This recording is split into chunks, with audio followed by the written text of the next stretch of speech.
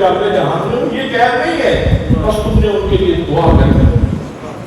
دعا کرنی ہے۔ اور آخری بات یہ ہے کہ جو اچھی تحفہ اللہ نے اپنے محبوب کو عطا فرمایا اس میں ساری کی ساری رب سے ملاقات ہے، جتنی جس کو حضوری نصیب ہے اتنی اس کی ملاقات بہتر ہو جاتی ہے۔ نماز کے اندر اس کے اندر قیام بھی کر دیا، اس کے اندر رکوع بھی کر دیا، اس کے اندر سجدہ بھی کر دیا، اس کے اندر تحیات بھی پڑھ دیا، اس کے اندر درود و سلام بھی اپنے آقا کو حضور پیش کر دیا۔ جب اس کیفیت سے اس دائرے سے باہر نکلنے لگے، نماز کے دائرے سے جب باہر نکلنے لگے تو شریعت پیدا نے کہا کہ دعا کر، جاتے ہوئے یہ دعا کرتا جا، ربنا اغفر لی ولوالدی وللمؤمنین یوم یقوم الحساب۔ یا اللہ میری مغفرت فرما دے اور میرے والدین کی مغفرت فرما دے اور تمام مومنین کی مغفرت فرما دے۔ آپ یہاں یہ بات بھی یاد رکھنے کی ہے کہ ویسے ہر چیز میں کہا جا رہا ہے پہلے دوسروں کو تکلیف دو بعد میں اپنی باری، لیکن یہاں جب دعا مانگنے کی باری آتی ہے تو پہلے اپنی باری بعد میں دوسروں۔ اس کی وجہ کیا ہے؟ اس کی وجہ یہ ہے کہ رب کے دربار میں سب سے زیادہ گدلا گنہگار سیاہکار اپنے آپ کو پیش کروں۔ سب سے زیادہ گنہگار میں ہوں، اس لیے مجھے صابن کی زیادہ ضرورت ہے۔ میرے کپڑے زیادہ گندے ہیں، میرے کپڑے زیادہ گندے ہیں، پہلے مجھے صابن زیادہ دے تاکہ میرے کپڑے صاف ہو جائیں۔ اور جب بندہ اللہ کو اپنے لیے دعا کرتا ہے مغفرت کی، اللہ جب اس کو معاف کر دیتا ہے پھر پاک ہو کر اپنے والدین کے لیے اس کی دعا ہوتی ہے، گناہوں کی آلودگی سے پاک ہو جاتا ہے تو پھر اگلی اس کی دعا والدین کے لیے اللہ کے لیے قبول فرماتا ہے، اور پھر جملہ جو اہل ایمان ہیں ان سب کے لیے دعا ہوتی ہے۔ حضرات محترم، آج مسلمان پریشان ہو سعودیہ میں، ایران میں، لبنان میں، فلسطین میں، کہیں بھی تکلیف مسلمان کو ہوتی ہے، مسلمان کو تکلیف ہوتی ہے۔ اور اس وقت اس صورتحال سے ہم گزر رہے ہیں، عالم کفر مسلمانوں کو برباد کرنا چاہتا ہے